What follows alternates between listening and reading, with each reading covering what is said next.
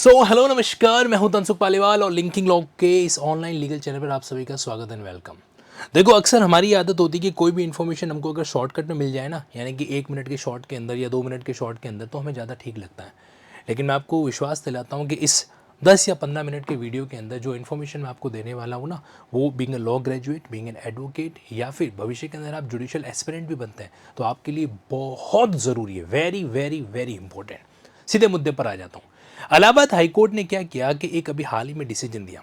Allahabad high court ने ये जो डिसीजन दिया था वो एक बेल एप्लीकेशन की हियरिंग के दौरान दिया था। लेकिन इस डिसीजन के दौरान एक मुद्दा ये आया कि जो एडवोकेट उस प्रोसीडिंग के अंदर इन्वॉल्व था, तो सामने वाली पार्टी के एडवोकेट ने यह कहा कि साहब, इनको तो वकालत करने का अधिकार ही नहीं है, इनका तो सीओपी जो है वो क्या होना चाहिए, एक तरीके से डिसक्वालिफाइड है जो होना चाहिए, तो ये वकील नहीं है ऑन रिकॉर्ड, फिर भी आपके सामने वकालत है जो कर रहे हैं। इस तरीके का वहां पे क्या बना, माहौल है जो बना। और फाइनली कोर्ट के सामने फिर ये मुद्दा इस तरीके से आया और इस मुद्दे के अंदर 18 पेज का जजमेंट है जो आपके सामने दिया गया। और मैं इस 18 पेज को अगले 10 मिनट के अंदर आपके सामने एकदम इजी और टू द पॉइंट भाषा में समझाने वाला हूं। कई तरीके के सवाल आएंगे। नंबर 1, क्या लॉ ग्रेजुएशन करने के बाद में आपके पास वकालत का अधिकार है जब तक आप एआईबी एग्जाम क्वालिफाई नहीं करते? पहला सवाल। दूसरा सवाल, अगर आपको सर्टिफिकेट ऑफ प्रैक्टिस मिल गया है और 5 साल बाद में आपने अपने सर्टिफिकेट को वापस वेरीफाई नहीं करवाया, वेरीफाई नहीं हुआ, तो क्या आपकी वकालत वहां पे बंद हो जाएगी ऑटोमेटिकली? तीसरा सवाल, 2 साल के बाद, यानी कि आपको अगर प्रोविजनली 2 साल के लिए वकालत अलाउ की जाती है, तो ये प्रोविजन कब से आया था? ये सारा का सारा जो एआईबी का इन्होंने ताना बाना बुना है ना, वो कब से जो इफेक्टिव हुआ था, वो सारी बात मैं आपको यहां पे समझाऊंगा। पहले बस इस बात को समझ लीजिए कि अगर भारत देश में कोई व्यक्ति सोच रहा है ना कि मैं वकालत के अंदर चला जाऊंगा, तो उसको क्या करना पड़ेगा, उसको 2 चीजों का ध्यान रखना पड़ेगा। एक तो है एक्ट, एडवोकेसी एक्ट बना हुआ है 1961 का, और दूसरे हैं रूल्स। अब रूल्स में प्रॉब्लम क्या है कि रूल्स में 3 लोग मिलकर रूल्स बना रहे हैं। 3 लोग। पहला, बार काउंसिल ऑफ इंडिया अपने नियम बनाती है। दूसरा, स्टेट बार काउंसिल जो है, ये मैं आपको हर राज्य की बात बता रहा हूं, ये जजमेंट भले ही आपके इलाहाबाद हाईकोर्ट का हो, लेकिन ये मत सोच लेना कि ये सिर्फ यूपी वालों के ऊपर लागू होता है। ये पूरे भारत के एडवोकेट्स के ऊपर एप्लीकेबल होता है, पूरे भारत के लॉ ग्रेजुएट्स पर एप्लीकेबल है जो होता है। सी, और तीसरा कौन है? तीसरा है हाईकोर्ट। यानी कि ये तीनों अथॉरिटी जो है ना, वो इस कानून से पावर प्राप्त करती है रूल्स बनाने को लेकर। तो अगर आप भारत में रह के वकालत करना चाहते हैं ना, तो 1 2 3 4 ये चारों नियमों के, चारों कानूनों के आपको टेस्ट जो है वो क्या करने पड़ेंगे, पास करने पड़ेंगे। अब समझिए, तो यहां पर क्या आया, कई तरीके के मुद्दे हैं जो आए।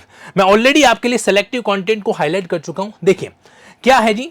पहला इश्यू इसमें यह आया कि whether the council advocate for the, ये एक बेल एप्लीकेशन थी, उसमें यह मुद्दा आया कि जो एप्लीकेंट का जो वकील है वो graduated after the academic session 2009-10, उसने अपनी जो एलएलबी है वो 2009-10 के बाद पास करी थी। एकेडमिक सेशन 2009-10 का मतलब होता है कि जुलाई 2009 से लेकर आपके जून 2010, उसके बाद में है जो पास कर रखी है। But despite expiry of 2 years, 2 साल बीत चुके हैं, has not pass the AIB exam. तो अब क्या था कि ये जो वकील साहब थे ना, इन्होंने 2009-10 के बाद में अपनी एडवोकेसी अपनी एलएलबी कंप्लीट करी, लेकिन 2 साल के अंदर एआईबी एग्जाम क्वालिफाई नहीं कर पाए। तो सामने वाले वकील ने बोल दिया कि भाई ये तो वकील है ही नहीं, है ना। तो यहां पर आपके सामने ये था पहला इश्यू। इसी के साथ में मैं आपको दूसरे इश्यू पर भी लेके चाहता हूं। ये है सेकंड इश्यू। इसमें क्या था कि whether the rule 5, actually bar council of India ने जो नियम बना रखे हैं 2015 के रूल्स, 2015 बीसीआई के रूल्स है ये, ठीक है। तो उसमें ये लिखा हुआ है कि जो सीओपी है ना, सर्टिफिकेट ऑफ प्रैक्टिस, भाई आपने एलएलबी कंप्लीट कर दी, आपका रिजल्ट है जो आ गया, उसके बाद आप स्टेट बार काउंसिल में अपना एनरोलमेंट करवाते हो, फिर आपको एक एनरोलमेंट नंबर मिलता है, उसके बाद आपको एआईबी एग्जाम क्वालिफाई करना पड़ता है, फिर आपको मिलता है सर्टिफिकेट ऑफ प्रैक्टिस। तो ध्यान रखना, सर्टिफिकेट ऑफ एनरोलमेंट अलग चीज है, सर्टिफिकेट ऑफ प्रैक्टिस अलग चीज है, ठीक है। तो आप जब अपना सर्टिफिकेट ऑफ प्रैक्टिस प्राप्त कर लेते हैं ना, तो उसके बाद क्या करना होता है, अब यहां पे necessity of certificate of practice to practice in law applied on the graduate who was pass LLB degree in the academic session so and so. तो दूसरा इशू ये है कि क्या भैया ये जरूरी है क्या कि इनको इस तरीके से जो है एआईबी एग्जाम क्रैक करना ही पड़ेगा? तो मैं यहां पर आपको सीधी क्रोनोलॉजी बता देता हूं कि बेसिक क्रोनोलॉजी है क्या। एक्चुअल में क्या था, 2010 में नियम आए थे, 2010 में एआईबी एग्जाम के रिगार्डिंग रूल्स है जो बने, और इन्होंने बहुत स्पष्ट रूप से कहा कि वकालत करनी है तो एआईबी एग्जाम क्रैक करो। ये रूल्स आपके एकेडमिक सेशन 9-10 या उसके बाद वाले सेशन के ऊपर लागू है जो हुए थे। तो उस समय तक 2010 से लेकर 2013 तक नियम बड़ा क्लियर था। 2 साल के प्रोविजनल प्रैक्टिस का कोई नियम नहीं था 2010 से 2013 के बीच में। 2013 में क्या हुआ, एक रिजोल्यूशन पास हुआ और उस रिजोल्यूशन के तहत यह क्या कहा कि 2 साल के लिए प्रोविजनली हम इनको एडवोकेसी करने के लिए अलाउ है जो कर सकते हैं। और इसी बात को 2017 के भी एक रिजोल्यूशन में एक लेटर में क्या किया गया था, कंफर्म है जो किया गया था। ठीक है, ये क्रोनोलॉजी जो मैंने आपको बताई ना 2010, 2013, 2017, ये याद रखना। अब आगे देखो, तो जो law graduate are subject to AIB rules passed AIB exam and obtained COP from BCI, they shall require to verify their COP after 5 years. अब ये ऐसा नियम लिखा हुआ है कि उनको 5 साल के बाद में क्या करना पड़ेगा, अपना COP वेरीफाई कराना पड़ेगा। ठीक, अब आप इसके लिए शब्द बोल सकते हैं रिन्यू है जो करना। आगे बढ़ते हैं अपन यहां पर फिर 2 साल बाद में क्या होगा, अगर 2 साल के अंदर आपने AIB एग्जाम क्रैक नहीं किया ना, तो आपका जो एनरोलमेंट है वो ऑटोमेटिकली क्या हो जाएगा, कैंसिल हो जाएगा। ऐसा सबमिशन रखा गया बार काउंसिल की तरफ से हाई कोर्ट के अंदर। ये हाई कोर्ट का कंक्लूजन नहीं है, हाई कोर्ट का कंक्लूजन अब आपके नीचे है जो आएगा। लेकिन एक बात मैं आपको बता देता हूं, अल्टीमेट अथॉरिटी जो होती है वो कौन होती है, बार काउंसिल है जो होती है। इसमें कुछ सवाल और भी डिसाइड हुए, पता है क्या, मतलब कि date of declaration of AIB result ये माना जाएगा कि ये आपकी क्वालिफिकेशन ग्रेड है।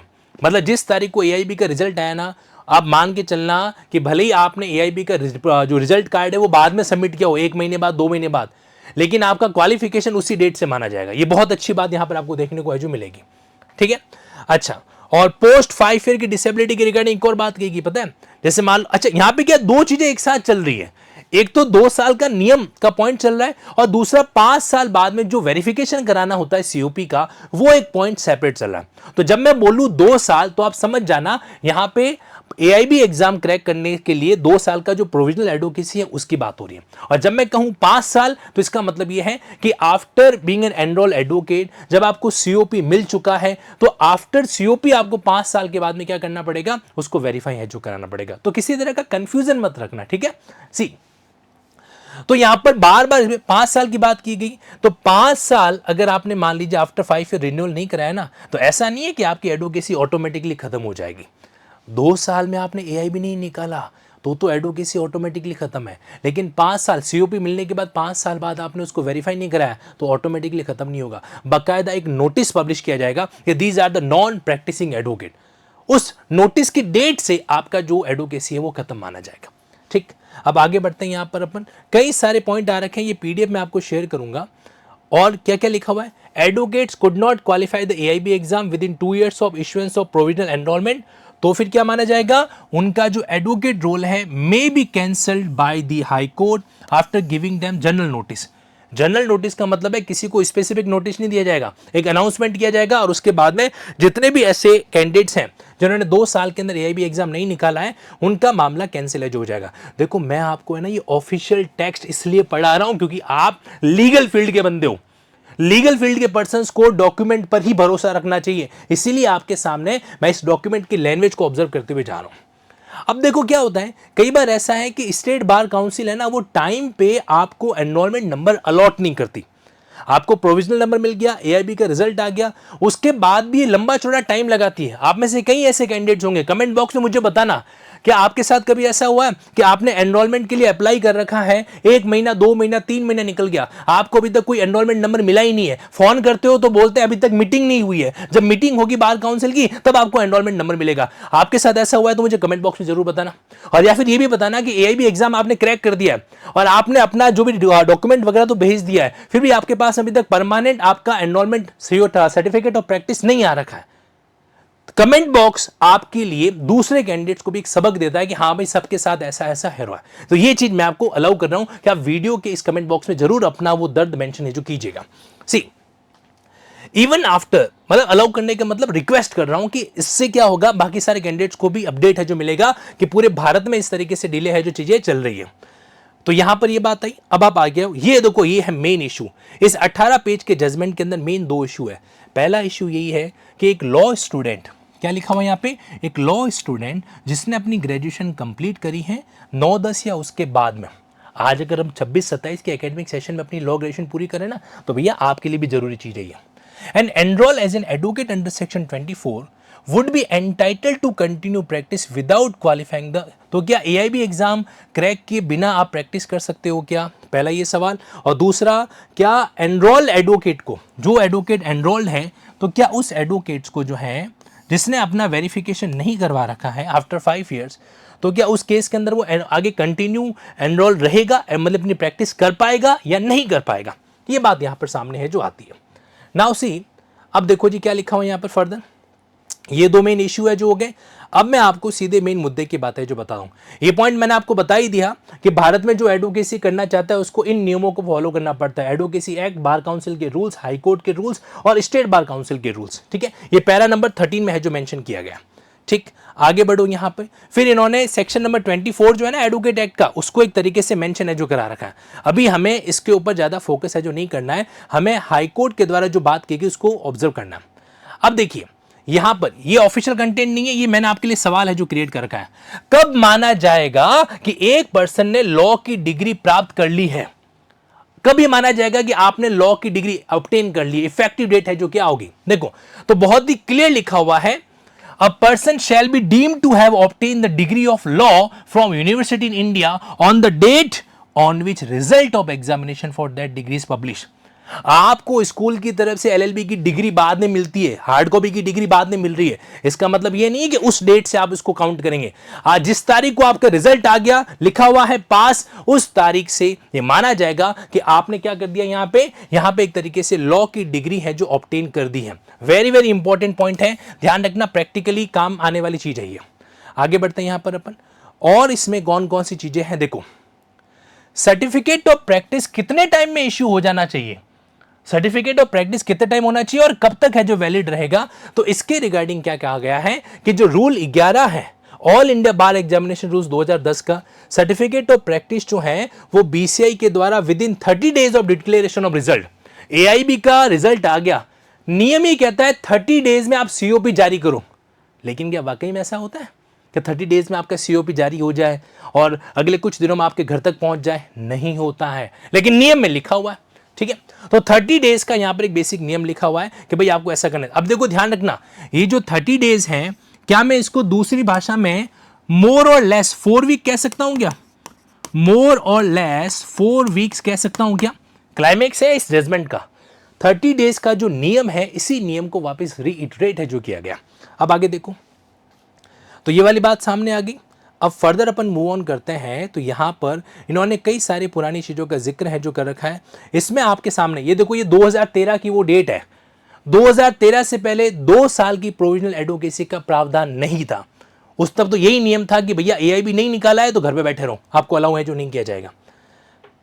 फिर आपके सामने एक और पॉइंट है, ये देखो सारे वो लेटर्स हैं जिसका हवाला दिया गया, ये मैं पीडीएफ शेयर करूंगा आपको, और इसको सेव करके रखना, इसको आप अपने किसी भी ड्राइव या ईमेल पे सेव है जो करके रखना, बहुत ही जरूरी चीज है। अब देखो 2017 में एक लेटर निकाला गया बार काउंसिल ऑफ इंडिया के द्वारा, ठीक, क्रोनोलॉजी 2010, 2013, 2017। 2017 में जो लेटर निकाला गया, एनरोल एडवोकेट वो could not qualify AIB exam, they shall only be barred from practice as an advocate after 2 years from the date of their provisional. क्या होता है कि कुछ राज्यों के अंदर है ना, विद ड्यू रेस्पेक्ट कह रहा हूं, बार एसोसिएशन दबाव डालती है युवा अधिवक्ताओं पे कि जब तक तुम एआईबी क्रैक नहीं करके आओगे, तुम इस कोर्ट में प्रैक्टिस नहीं करोगे, तुम वकालतनामा साइन नहीं कर सकते। मैं आप लोगों को बताना चाहता हूं, ऐसा कोई भी जो नियम जारी किया जा रहा है ना, वो अपने आप में लीगली जस्टिफिएबल नहीं है। लेकिन हां, अगर हाई कोर्ट ने ऐसा कोई रूल्स है जो बना रखा है, क्योंकि ultimate authority high court, state bar council वगैरह के पास में होती है, बार एसोसिएशन के पास ये अथॉरिटी नहीं है कि वो किसी युवा अधिवक्ता को इन 2 साल के प्रोविजनल पीरियड के अंदर वकालतनामा फाइल करने से रोक सके। अगर वो ऐसा करती है तो डेफिनेटली आप उसको क्या कर सकते हैं, चैलेंज है जो कर सकते हैं। अब आगे देखिए, देखो बात ये नहीं कि आप बार एसोसिएशन का डिसरेस्पेक्ट कर रहे हो, बार एसोसिएशन हमारे लिए बहुत मायने रखता है, हमारे संरक्षक है वो, लेकिन युवा अधिवक्ता वो बेचारा कहां जाएगा, है ना। आप उसकी एडवोकेसी रोक दोगे तो आप संविधान के आर्टिकल 19(1)(g) के तहत उसका प्रोफेशन करने का जो फंडामेंटल राइट है ना, उसका गला घोट रहे हैं, और जो कि लीगली परमिशिबल नहीं है। अब देखिए आगे, तो प्रोविजनली एडवोकेट जो है ना, एनरोल एडवोकेट जो है, वो कुड नॉट क्वालिफाई एआईबी, तो आप उनको प्रैक्टिस से बार्ड सिर्फ 2 साल बाद कर सकते हो, 2 साल से पहले नहीं कर सकते, ठीक है। बहुत क्लियर लिखा हुआ है, they shall not be barred in appearing AIB exam. और 2 साल बाद एआईबी एग्जाम में तो कितनी बार वो अपीयर हो सकते हैं, उसका तो कोई रेस्ट्रिक्शन है ही नहीं। ये इन्होंने बकायदा वो इस तरीके का ऑफिशियल लेटर का एक्सट्रैक्ट भी अपने जजमेंट में दे रखा है। आपको पता है इलाहाबाद हाईकोर्ट को पता है कि मैटर हाईकोर्ट सुप्रीम कोर्ट में जाएगा, इसलिए इन्होंने बहुत ही डिटेल के अंदर इसको मेंशन है जो कर रखा है। अच्छा, एक और चीज, सर्टिफिकेट ऑफ प्रैक्टिस की जो वेरीफाई करने के लिए एप्लीकेशन दी गई, एप्लीकेशन को सिर्फ इस ग्राउंड पे आप रिजेक्ट नहीं कर सकते। आप उसको तभी रिजेक्ट कर सकते हो जब ये पता चले कि भाई वो जो एडवोकेट है ना, उस एडवोकेट ने क्या कर दिया है, advocate leave the law practice and they have no bona fide interest in continue future. मतलब कि वो बंदा वकालत को बिल्कुल छोड़ चुका है, वापस फ्यूचर के अंदर वकालत में नहीं आएगा, तो आप उसके वेरिफिकेशन की एप्लीकेशन को डिसमिस करोगे। आसानी से एक एडवोकेसी का सीओपी आप वेरीफाई करने से नहीं रोक सकते, ये बात भी यहां पर कहेगी। इतना ही नहीं, साथ ही साथ में अगर 5 साल के अंदर आपने वेरिफिकेशन नहीं करवाया तो सवाल ये आता है कि आपका जो प्रैक्टिस करने का डिसेबिलिटी वो कब से काउंट होगा।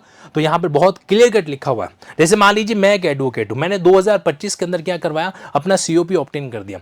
अब 2025 से 2030 तक मुझे कोई नहीं रोक सकता वकालत करने के लिए। 2030 यानी कि 5 साल पूरे हो गए। अब मेरे को क्या करना चाहिए था, एप्लीकेशन फॉर वेरिफिकेशन फाइल है जो करनी चाहिए, ठीक है। तो अब क्या 2030 के बाद ऑटोमेटिकली मैं एक तरीके से डिबार्ड हो गया वकालत करने के लिए? ऑटोमेटिक नहीं होगा। क्या लिखा हुआ यहां पे लिखा हुआ है पब्लिकेशन ऑफ द लिस्ट। बकायदा एक लिस्ट पब्लिश की जाएगी और उस लिस्ट में आपका नाम होगा, तब जाके आपकी वकालत बार्ड की जाएगी। ऐसे ही नहीं है। तो अगर कोई कैंडिडेट जिसने 5 साल कंप्लीट हो गए हैं, वेरिफिकेशन नहीं हुआ है, लेकिन अभी तक उसका नाम लिस्ट में नहीं आ रखा नॉन प्रैक्टिस एडवोकेट की, तब तक मस्त रहो जी, आप बिंदास एडवोकेट कीजिए। कानून आपको कह रहा है कि आप एडवोकेसी कर सकते हैं, ठीक है। आगे देखो यहां पे फर्दर, ये जो पॉइंट आपके बीच में आ रहे हैं, एक और केस आया था 2023 के अंदर, बॉनीफॉय लॉ कॉलेज। ये जो बॉनीफॉय लॉ कॉलेज का केस था ना, इसने भी स्टूडेंट के फेवर की बात ही करी। एक्चुअल में क्या था कि उसमें ये बात कही गई थी कि भाई जो है ये एलएलबी करने के बाद में 2 साल तक आप वकालत वगैरह नहीं कर सकते, सो एंड सो। तो उन्होंने कहा गया कि भाई वकालत मत करवाओ, किसी एडवोकेट के साथ में उसको एलाइड कामकाज तो करने दो, वो अपना पापी पेट कैसे भरेगा। ये बात बॉनीफाइड लॉ कॉलेज के अंदर है जो कही गई थी। लेकिन धीरे धीरे अगर देखा जाए तो 2013 के अंदर जो अमेंडमेंट हुआ ना, उसके बाद 2 साल की प्रोविजनल एडवोकेसी अलाउ की गई है, तो कोई प्रॉब्लम है जो यहां पर नहीं है। ओके, अब मैं एक बात कहना चाहता हूं, उत्तर प्रदेश के हाईकोर्ट में प्रैक्टिस के रिगार्डिंग एक बात है जो आपको मैं इस वीडियो के एंड में बताऊंगा। तब तक अपना थोड़ा सा पेशेंस और धैर्य बना के रखिएगा।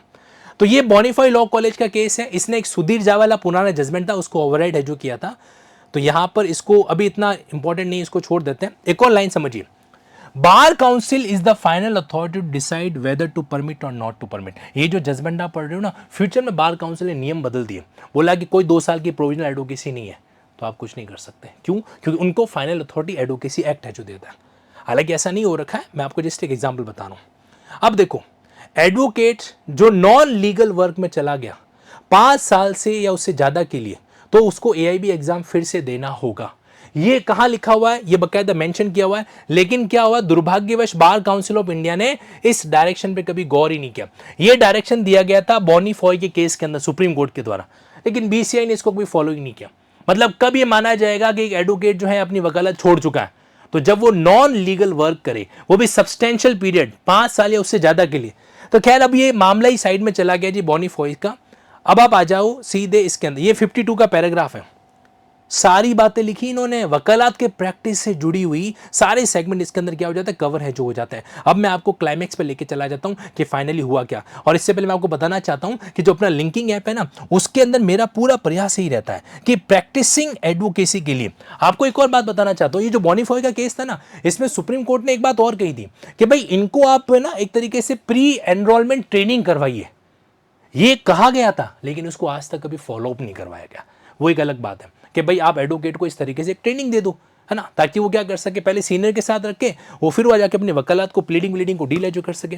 बट आज तक कभी उसका फॉलोअप है जो हुआ नहीं। एडवोकेसी एकेडमी को लेकर जरूर एक डिमांड अभी आई है और भगवान करे वो फुलफिल हो जाए तो मज़ा आ जाएगा। लेकिन यहाँ पर लिंकिंग ऐप पर मैं आप लोगों के लिए एक चीज़ ऑलरेडी कर चुका हूँ, वो ये है, नंबर 1 तो ये कि AIB 22 का एग्जाम, देखो इसमें कोई कसर मत छोड़ना, AIB 22 का एग्जाम जो है आपके दिसंबर के अंदर होने वाला है, नवंबर एंड के अंदर, और उसके लिए मैंने एक रिकॉर्डेड सेगमेंट आपके लिए अवेलेबल करा रखा है। बिना लापरवाही किए AIB 22 को क्रैक कर दो, क्योंकि अब धीरे धीरे वकालत के नियम टफ होते जा रहे हैं, ये चीजें आपके लिए बहुत महंगी पड़ सकती हैं। और आपके पास AIB ओरिएंटेड अगर बेरेक नहीं है तो आप लिंकिंग लॉस की वेबसाइट पे जाएं, उसके अंदर पब्लिकेशन ऑप्शन है और AIB का पूरा कॉम्बो सेट बहुत ही अफोर्डेबल प्राइस पे मैं आपके लिए वहां पे अवेलेबल करवा रहा हूं, जिसमें मेजर लॉ का कंटेंट वगैरह जो है ना वो आपके हार्ड कॉपी के अंदर भी अवेलेबल है जो होगा। एक बार डिस्क्रिप्शन पूरा जरूर पढ़िएगा। दूसरी चीज ये है एडवोकेसी का गाइडेंस।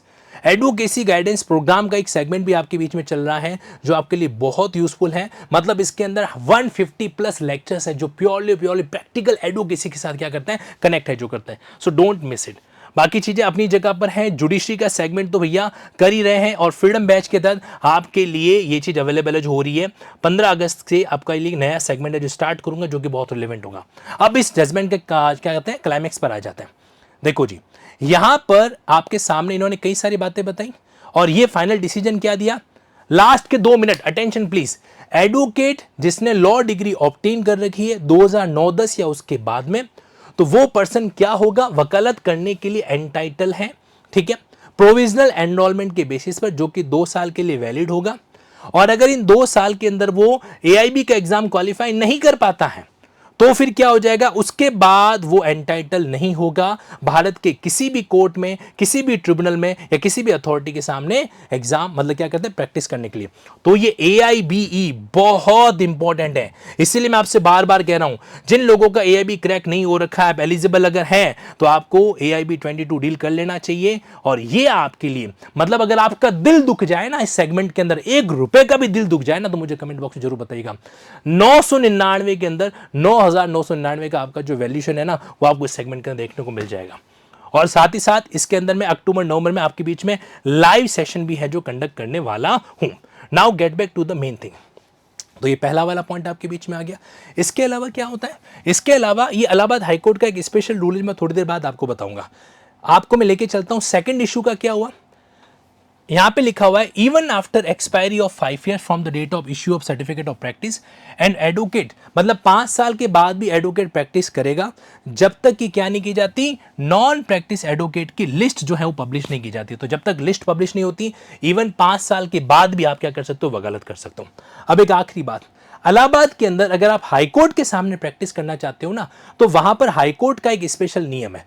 उस स्पेशल नियम के दौरान आप 2 साल की प्रोविजनल एडवोकेसी के अंदर इंडिपेंडेंट हाईकोर्ट के सामने अपीयर नहीं हो सकते।